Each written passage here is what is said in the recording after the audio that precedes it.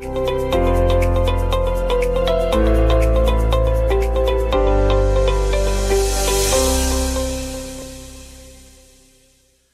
pessoal, boa noite, sejam todos bem-vindos a mais um Mídia e Saúde na TV. É sempre uma alegria estar aqui e poder compartilhar as boas informações para a sua qualidade de vida. E hoje não será diferente. Estou aqui já com a nossa convidada, a psicóloga Flávia Consalter, com quem nós vamos falar sobre sofrimento emocional na infância e a psicanálise. Flávia, boa noite, seja bem-vinda mais uma vez ao Mídia e Saúde na TV. Sempre um prazer falar com você. Boa noite, Alderi. Tudo bem? A gente procura melhorar cada vez mais, né, Flávia? Principalmente por meio da boa informação, né? Esse é o propósito que a gente tenta transmitir para as pessoas e a gente também está inserido nesse processo, né? Porque a boa informação realmente ela promove a qualidade de vida. E hoje, com certeza, esse é o nosso objetivo. Ah, sim, que bom. Eu fico muito contente de estar aqui novamente. Muito bom estar aqui, conversar, passar, né, informações, passar experiências para as pessoas. Isso é muito interessante. E uma coisa que eu queria frisar mais uma vez, Flávia, embora você já teve um feedback, aquela nossa entrevista teve uma repercussão muito boa, mas muito boa mesmo, né? Porque realmente foram informações que foram ao encontro da necessidade das pessoas, né? Necessidade emocional, né? E eu acho que a grande questão é ter informação e caminhos para melhorar, para resolver problemas, né? Então, eu sei que dentro da tua bagagem é isso que você tenta fazer a todo momento para a população de Maringá e região, né? Sim, sim, é uma tentativa, né? Claro, claro. E às vezes a gente consegue, às vezes não, mas, né, estamos aí. Claro. Ô, Flávia, quando a gente fala em sofrimento num contexto geral, a primeira imagem que vem são de pessoas adultas, né? Porém, não é uma manifestação inerente apenas às pessoas adultas. Crianças também sofrem nas mais variáveis desordens aí, né? Inclusive, emocionalmente falando, né? Sim. A gente tem observado, né, nós que somos clínicos e especialmente clínicos da infância, um aumento da demanda, né, de crianças em sofrimento emocional, né? E olhando, né, para essa situação, é claro que existem vários fatores que levam, né, a que a criança sofra emocionalmente, né? Mas a gente vem observando que nos últimos tempos tem havido mesmo um aumento da procura, né, por atendimento para crianças, porque tem havido muitas situações, né, no âmbito familiar, no âmbito escolar, né? No âmbito das relações até fora, né, da escola, em ambiente social da família, né, em que as crianças manifestam muita dificuldade de relacionamento, né, várias dificuldades, né, mas principalmente o que fica mais evidente para as famílias é quando as crianças manifestam dificuldades no relacionamento com outras crianças ou com os adultos, né, questões de problemas de conduta, né, ansiedade, depressão, muito comum hoje os transtornos do espectro autista, né? Também os transtornos ligados ao TDAH, né? Que é uma patologia, TDAH, transtorno do déficit de atenção e hiperatividade, né? Que é uma patologia hoje também muito conhecida do público em geral, né? E que são as que mais afetam e a gente tem encontrado muito isso no consultório, né? Eu sei que tem muitas coisas aqui para a gente conversar, mas antes da gente se aprofundar nesse assunto, de falar das desordens, né, do sofrimento emocional das crianças, eu queria que você falasse um pouquinho do contrário. O que, na sua opinião, configura a saúde emocional de uma criança? Queria que você falasse um pouquinho das características, de fatores que contribuem para que as crianças possam desfrutar da saúde emocional, tendo em vista que é algo fundamental para o desenvolvimento e para a qualidade de vida dela, né? A saúde emocional de uma criança, a gente observa que uma criança está bem, né, quando ela é capaz de sentir, obviamente, né, de expressar os seus sentimentos, de regular as suas emoções, né? Porque também, conforme expressa, tem que haver uma regulação, porque senão fica desadaptado, né? E também uma capacidade de se relacionar com o meio e enfrentar os desafios, né? Porque as crianças também têm desafios. O desenvolvimento em si mesmo é um desafio, né? E o que promove a saúde emocional, né? Obviamente que é uma boa condição no lar, né? A família é o lugar central onde a criança se desenvolve, né? Então, é necessário promover um ambiente familiar saudável, né? Onde a criança seja ouvida, onde ela possa ser reconhecida nos seus sentimentos, então que haja um espaço, né? Onde o sentimento possa ser falado com os pais, né? E com os irmãos, com as pessoas da família. E também é necessário, né, que haja uma certa estabilidade nessa família, no sentido, né, de uma rotina, né, mais ou menos estável, regras, né, situações onde a criança possa sentir segurança. Então, essa questão da segurança, da estabilidade, ela é muito importante. Ela promove um desenvolvimento emocional favorável, né? E amor, né? Limites, que Claro. também são uma expressão do amor e da preocupação dos pais, né? Em suma, basicamente isso. Lógico, né? Um bom ambiente escolar, né? Crianças saudáveis são crianças que são, assim, como eu direi, são fáceis de lidar, né? Elas não apresentam grandes dificuldades no lidar no dia a dia, né? Então, crianças saudáveis são crianças com as quais a gente pode ter aí deve ter um relacionamento de mão dupla, né? Elas têm que nos ouvir, nos respeitar, Claro. nos admirar e tal, mas a gente também tem que ter essa contrapartida em relação a Com elas, né? certeza. Amor, carinho, atenção, mas também o outro lado, né? Impor limites, Limites, né?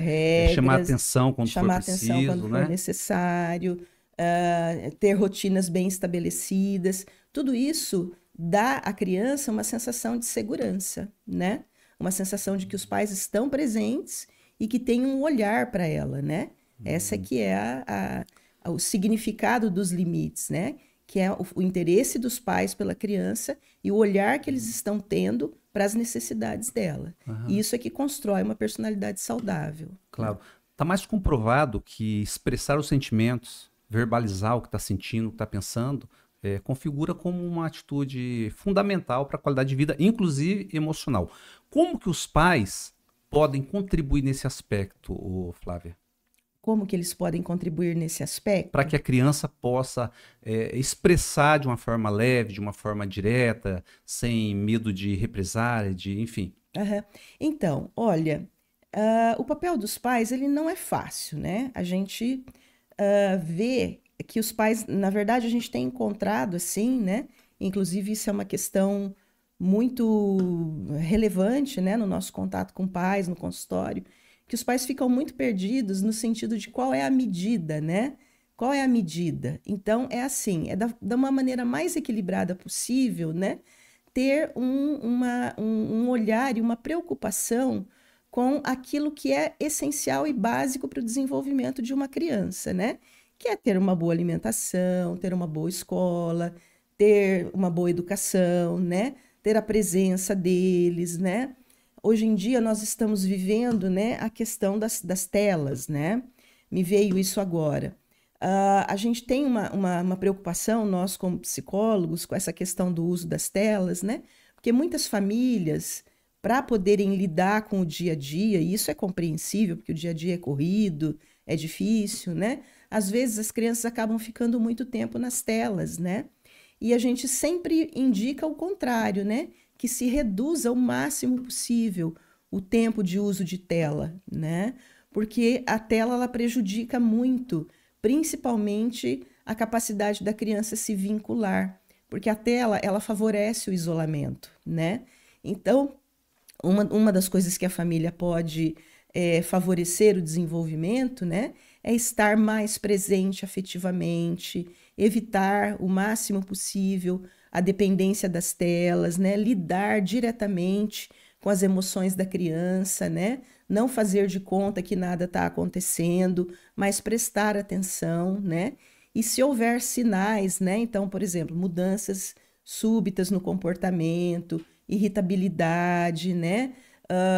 Mudanças de humor repentinas, se a criança manifestar, né, sinais de alerta, coisas que sejam estranhas ao comportamento dela, que não é habitual no dia a dia, né? é importante os pais, né, procurarem ajuda, porque uma ajuda precoce, ela é sempre mais efetiva do que numa ajuda tardia, né? Porque no desenvolvimento as questões vão se misturando. E quanto mais uma criança cresce, se ela tem dificuldades no início do desenvolvimento e essas dificuldades não são tratadas, essas dificuldades vão refletir mais tarde, né? E mais tarde na adolescência e mais tarde na vida adulta, né? Aham. Então é muito importante que elas sejam vistas nas suas especificidades, né? Nas suas características, tal, mas precisa ter esse olhar muito próximo dos pais, né? Essa atenção, né? Você consegue, assim, dizer questões, fatores que podem impedir uma criança de denunciar o que ela está sentindo e, consequentemente, o sofrimento emocional? Uma criança está no sofrimento e ela tem dificuldade de falar para os pais daquele sofrimento. Tem algum fator evidente, alguns fatores claros que podem contribuir para que isso aconteça? Deixa eu ver se eu posso dar algum exemplo que talvez fique mais fácil, né? Tem crianças que escolhem determinadas áreas da vida, né? Então, por exemplo, a criança às vezes ela ela não tem dificuldades em casa, ela não manifesta problemas, né, maiores com os pais, né? Os pais têm um relativo controle sobre o comportamento dela em casa, mas na escola, por exemplo, dá muito trabalho. Tem muito problema de comportamento, né, e tal. Então a gente vê, né, em situações como essa, é um exemplo apenas, né? Não é sempre que isso acontece. Mas a gente vê que tem crianças que têm às vezes tem muita dificuldade de falarem para os pais por medo de desagradá-los, né? Tem medo de mostrar aos pais que estão sofrendo, que estão com dificuldades, né? Então esse sofrimento ele vai aparecer em outras áreas da vida que estão longe dos olhos dos pais, né? Então isso pode acontecer. Eu já atendi situações assim, né? De crianças que em casa tinham um comportamento relativamente adaptado, né? E fora, né, na escola, em outros ambientes, eram crianças que davam muito trabalho. E aí os pais falavam, mas como, né? Como isso, né? Como que eu em casa eu não vejo nada disso? É porque a criança tem muito medo de decepcionar, né? Tem muito medo de não ser o filho que atende ao desejo dos pais. Entendi. Né? Agora, isso pode ter um reflexo muito sério na vida da criança, né? Sim, com certeza. Essa falta de externalização do que está sentindo, do que está pensando, Sim. inclusive do sofrimento emocional. Sim, com certeza. Isso tem repercussões importantíssimas, né? Porque é como se a criança, nessa circunstância que a gente está discutindo, ela criasse uma espécie de carapaça, né? Uma espécie de máscara para lidar com a vida, né? Então ela nunca vai poder sentir quem ela é verdadeiramente.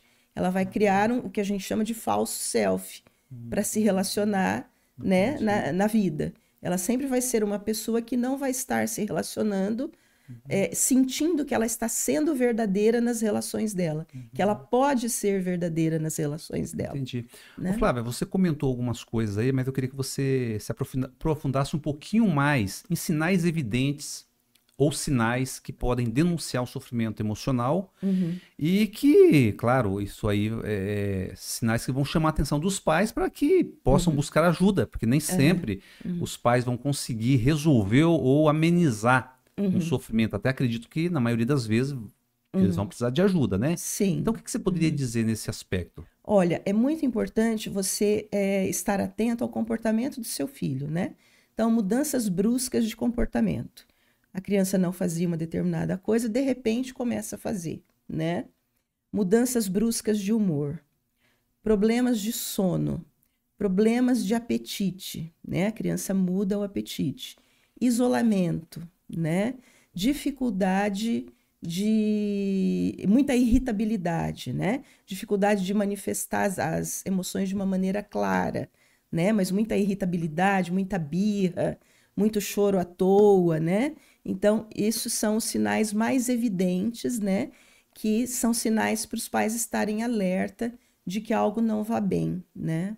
São sinais que normalmente em casa são esses que aparecem, né? Entendi. Agora, esses sinais costumam ser manifestações transitórias, passageiras, ou podem realmente esconder efetivamente uma desordem, um problema que necessita, que requer algo mais apurado, Isso né? precisa ser avaliado, né? Se são manifestações transitórias, se são passageiras, né? Tudo bem, vai passar, não há necessidade de procurar ajuda profissional em função disso. Mas se forem persistentes, né? Se houver uma persistência nesses sinais, aí é importante procurar ajuda, porque pode estar escondendo um quadro mais importante, né? Entendi.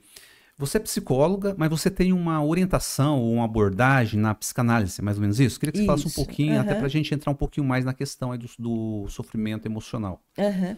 Eu sou psicóloga de orientação psicanalítica, mas eu não sou psicanalista, eu sou psicoterapeuta, né? E tenho formação para atender crianças, né?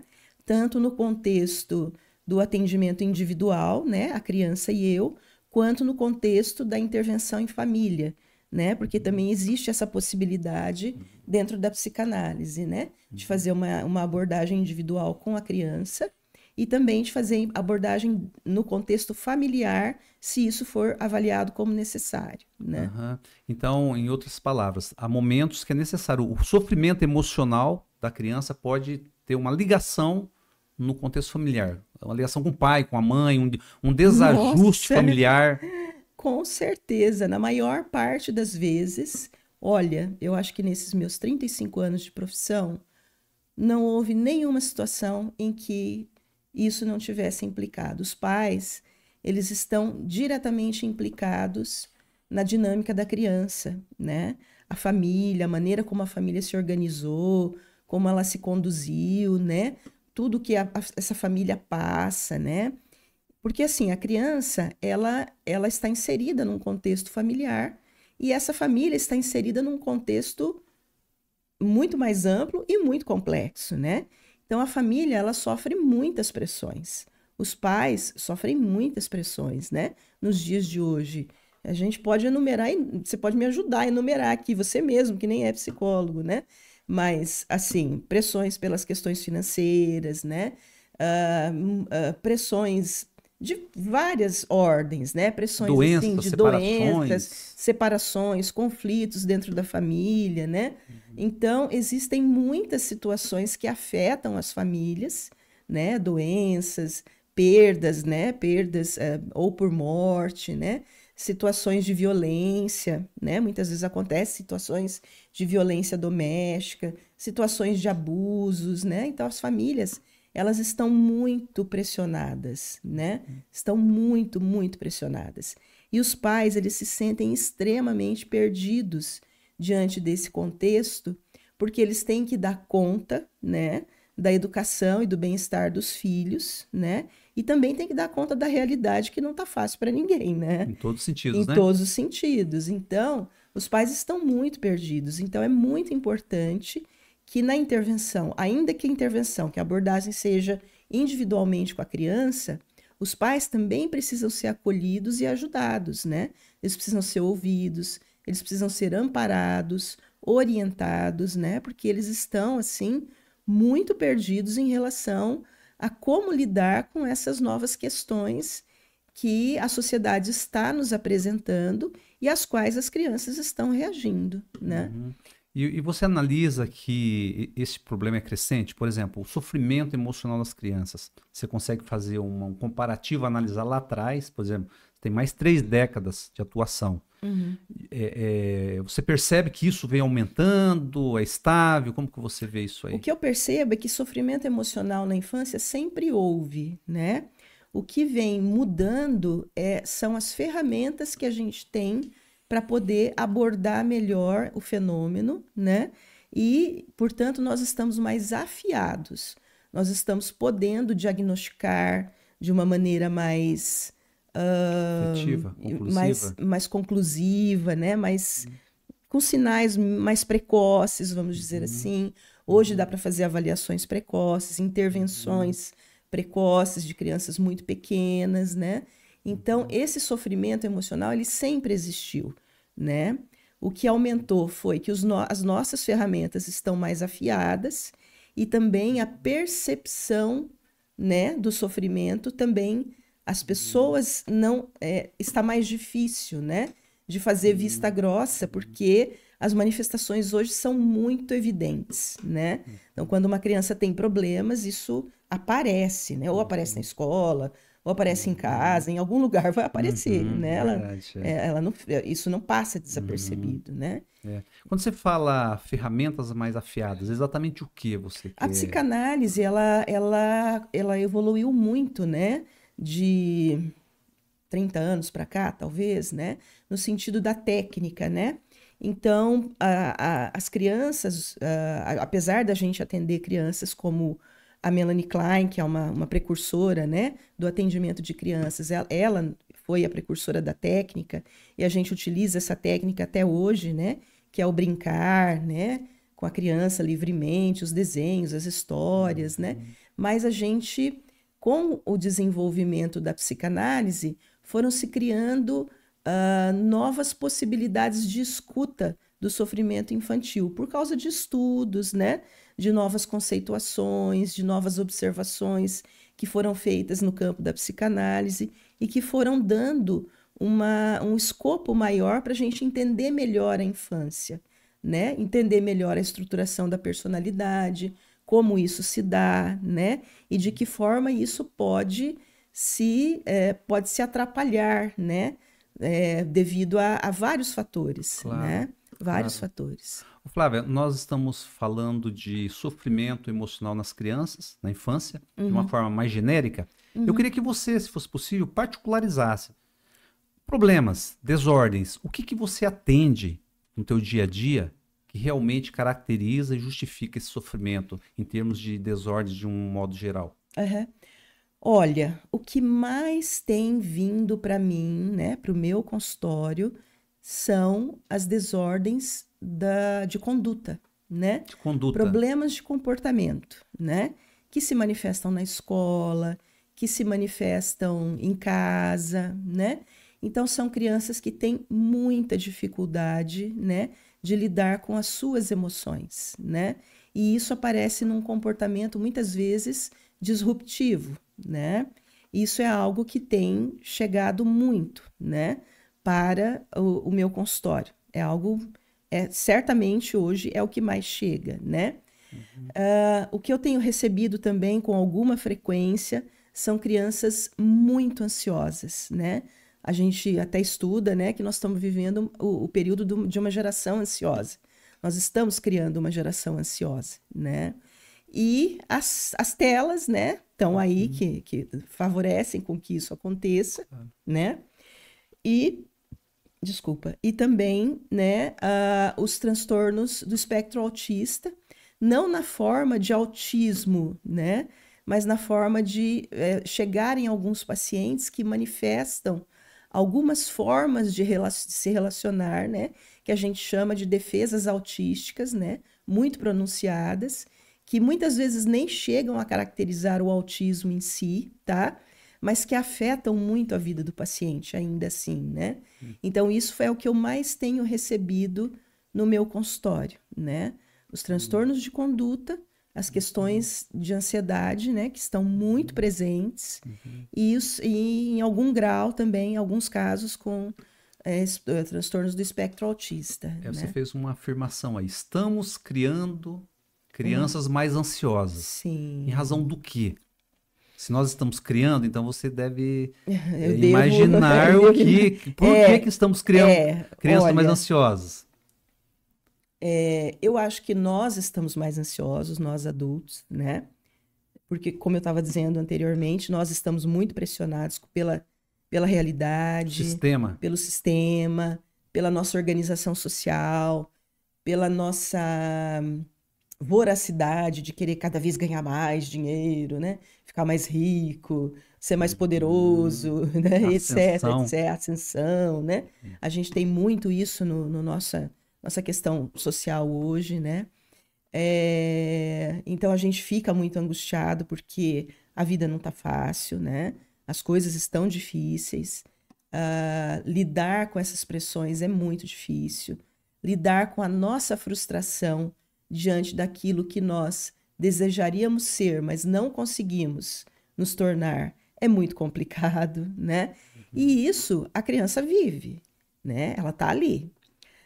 Tem a questão das telas, que se você me deixar, eu vou ficar aqui o resto da entrevista falando disso, né? Já citou várias Porque vezes. né, assim, olha, isso é uma coisa hoje que é muito, muito desfavorável, né?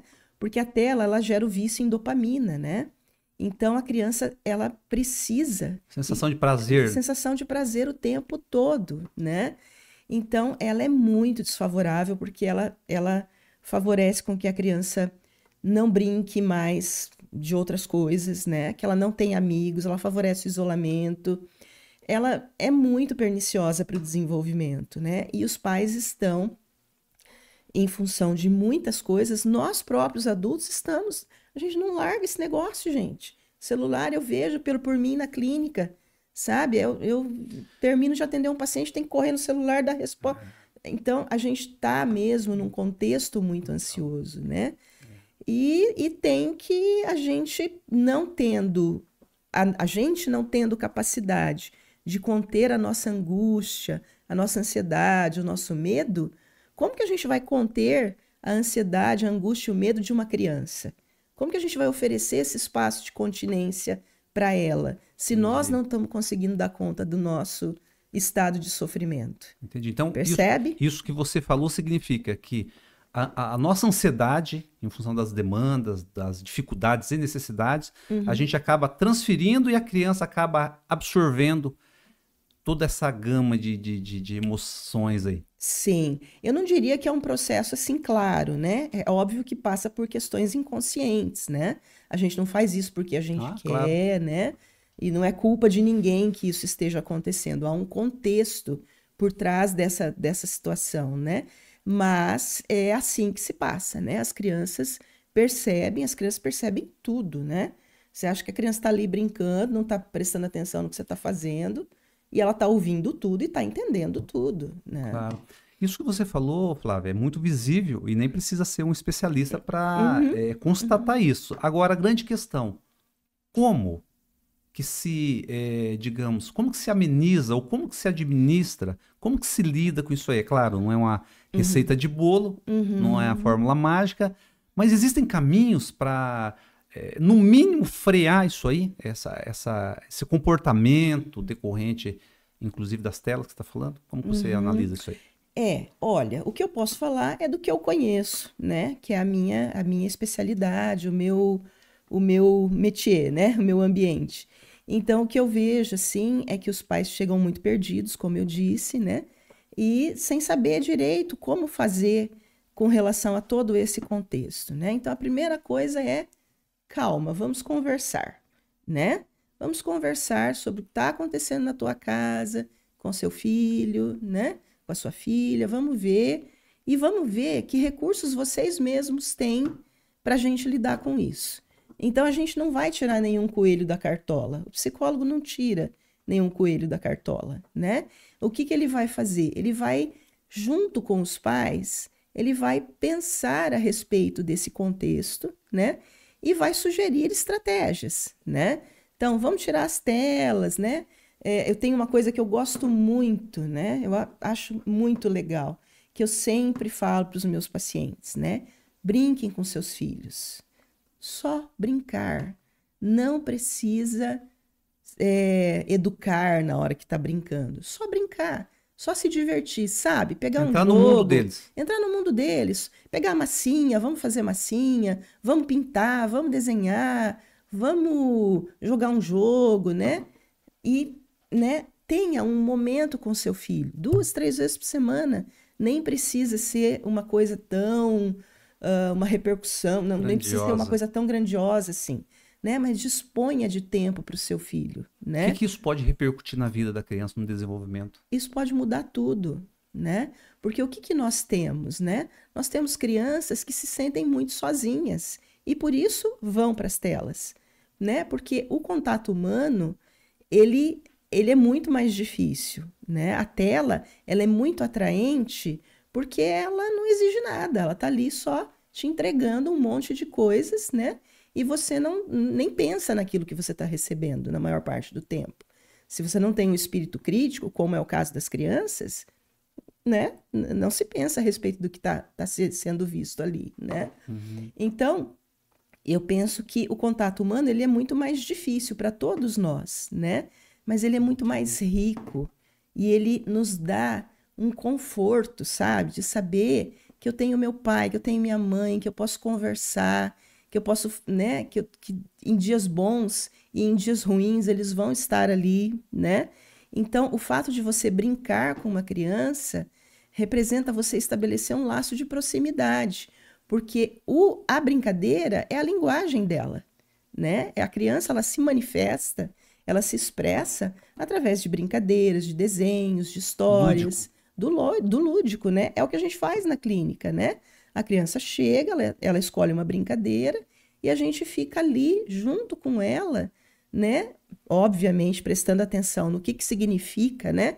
Tudo aquilo com o que ela está brincando, né? De que conflitos ela está falando, né? Através daquelas manifestações, né? Ali na brincadeira.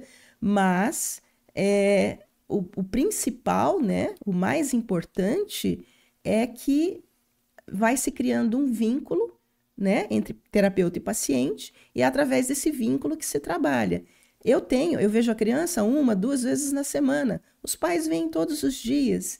Imagina o poder que tem os pais brincarem com os próprios filhos. Meia hora que seja por dia. Não precisa ser muito, né? Uhum. Então, isso, né, dá para a criança a vivência da disponibilidade, né? Estou aqui para você. Claro, né? presencial, né? Uhum.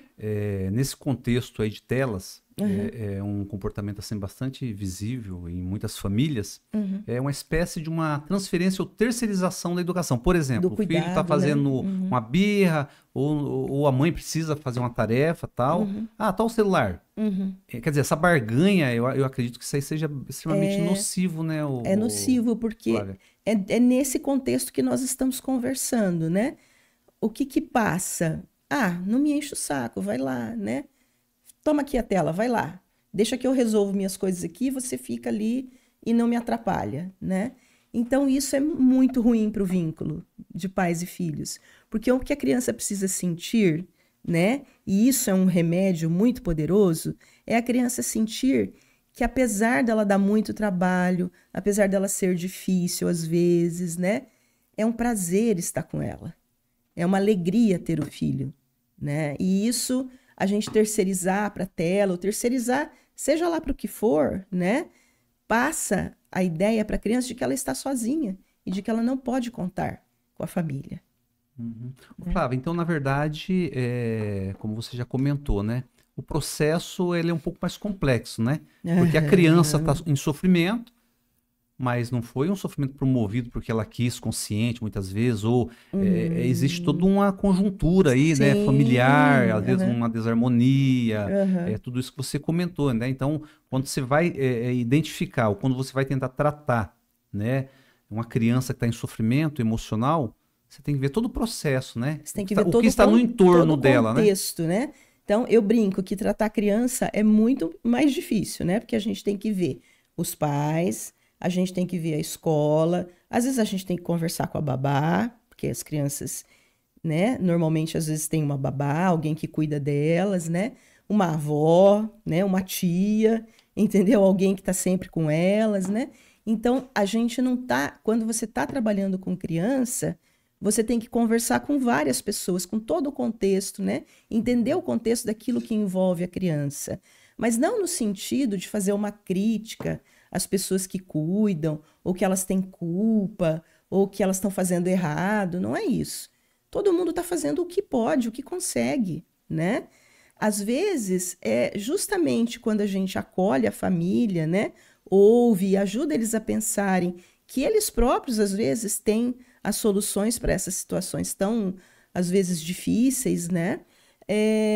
A família, nossa, sai aliviada, assim, nossa, é mesmo, né? A gente pode resolver dessa forma ou de outra forma, sabe? Então, é muito importante, né, quando a gente atende crianças, a gente se cercar e de entender o entorno, né? O que está acontecendo em todas as áreas da vida dessa criança para a gente tentar intervir, né? De uma maneira com que ela possa sair dali, não diria mais feliz, né? Mas pelo menos podendo ter um desenvolvimento mais saudável. Né? Ô, Flávia, agora mesmo identificando esse sofrimento evidente aí nas crianças, sofrimento emocional, tem jeito, né? É possível recorrer, lançar mão de recursos, de ajuda para melhorar a situação geral, tanto da criança como da família, né? Sim, com certeza. A gente tem que estar muito atento também, não só às questões externas, né? As questões da família, do ponto de vista do grupo onde a criança está inserido, mas a gente também, quando avalia uma criança, quando inicia o trabalho com uma criança, a gente também está muito atento às questões intrapsíquicas, né? Ou seja, como que essa criança é constituída, quais são, né, os elementos da personalidade dela, como ela é, né? Qual é a estrutura que ela tem, né? Então, não é só entender o contexto e a família, mas entender quem é essa criança e qual é a sua constituição, para ver como que esses fatores interagem e por que, né, nessa interação está havendo patologia, né? Como que esses fatores, né, personalidade da criança, estrutura da família e o contexto onde ela está inserida, por que que está havendo um desequilíbrio, né?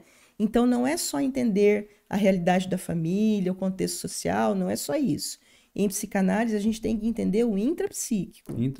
O que está dentro, né? A constituição do indivíduo. Entendi. Porque para uma criança, pode determinadas situações terem muita repercussão, para outra, nenhuma. Por quê? Porque a questão intrapsíquica de cada um é completamente diferente, né? A nossa constituição, ela é muito única. Nenhum indivíduo é igual ao outro, né? Então, as crianças, a mesma coisa, óbvio, né? Todos fomos crianças. Então, as crianças, a gente tem que entender qual é a sua constituição psíquica, qual é o seu mundo interno, quais são os fatores que ela tem dentro dela em termos de traumas, de medos, né? De conflitos, e como isso está interagindo com a relação familiar que ela tem, no grupo social em que ela está inserido, né? E como isso está se transformando em patologia, né? Então, em psicanálise é isso que se faz. Então, não é só ir lá brincar, né? E jogar, e contar história, e contar desenho. Né, não, de medidas, né? É um conjunto, a criança vai, de fato, ela faz isso. É por essa via que a gente chega a uma criança, né?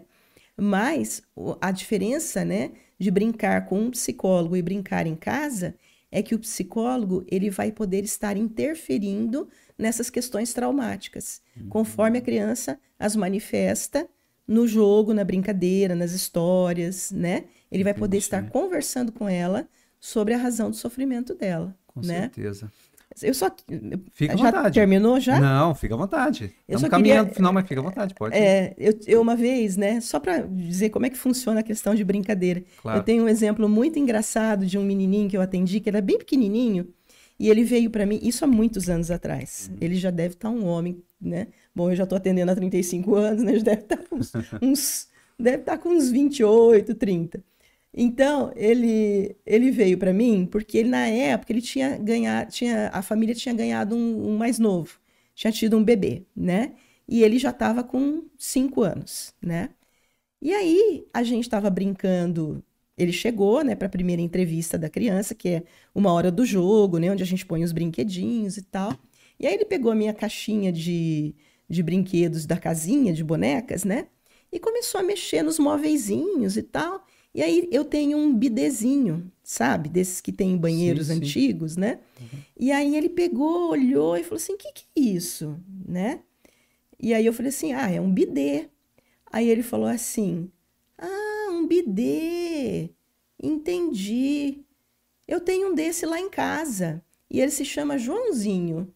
Então ele estava, na verdade, né, querendo falar do irmãozinho, Claro, né? claro, com certeza. Eu achei aquilo tão bacana, porque foi né? Ele não estava encontrando um jeito de entrar no assunto de quem era o Sim, irmãozinho, sim, né? De sim. como ele estava se sentindo, né? Uhum. E aí eu fui perguntar para ele, né? Falei, e você gosta do Joãozinho, né? Você tá feliz com a vinda do Joãozinho? Ai, ele chora muito, Olha sabe? só, Então, uma muito, forma de sabe? expressar o que É estava uma forma de sentindo, né? expressar o que estava sentindo, né?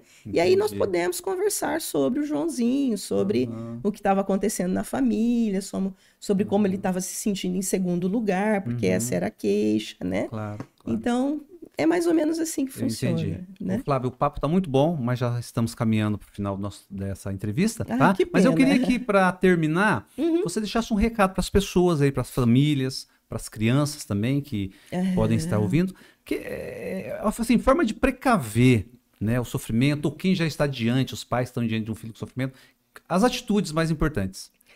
Olha, diante de uma situação de sofrimento, é claro que falar isso para os pais é muito difícil, né? Quem que fica calmo vendo o seu filho sofrer? Ninguém, né? Mas o importante é a gente pensar que hoje a ciência, ela tem muitos recursos, né, para lidar com o sofrimento humano, muitos recursos. Então, a primeira coisa é você pensar, procurar alguém em quem você confie para conversar a respeito do que está acontecendo com você, né? Pode ser alguém da escola, né? Um orientador, que os orientadores hoje têm uma condição muito boa de receber as pessoas, né? Pode ser, sei lá, um amigo da família, um pediatra, né? Converse e tire as suas dúvidas. E se achar pertinente, procure ajuda, porque é o que eu disse, né? Não deixem a situação se agravar. Sempre a intervenção precoce, ela é muito melhor, né? Ela é muito mais eficaz e ela traz muito benefício, não só para a criança, mas para a família toda, porque para as famílias é muito difícil ter em casa alguém sofrendo, né? Com Então é certeza. necessário que se cuide desse que está sofrendo, porque isso vai trazer um benefício não só para o que está sofrendo, mas para todos os envolvidos, Tá né? certo. Flávia, muitas coisas para a gente conversar, inclusive com essa temática, tá? Agradeço aí ter participado mais uma vez do Mídia e Saúde na TV e fica o convite para você vir novamente. Tem muitas coisas para a gente conversar, tá bom? Um grande Muito abraço, boa noite para obrigada, você e eu até a que próxima. agradeço, até a próxima. Pessoal, Mídia e Saúde na TV está terminando por aqui, mas nos encontramos na terça que vem. Não deixe de acessar nossas redes sociais e se inscrever no canal Mídia e Saúde na TV. Um forte abraço e até terça.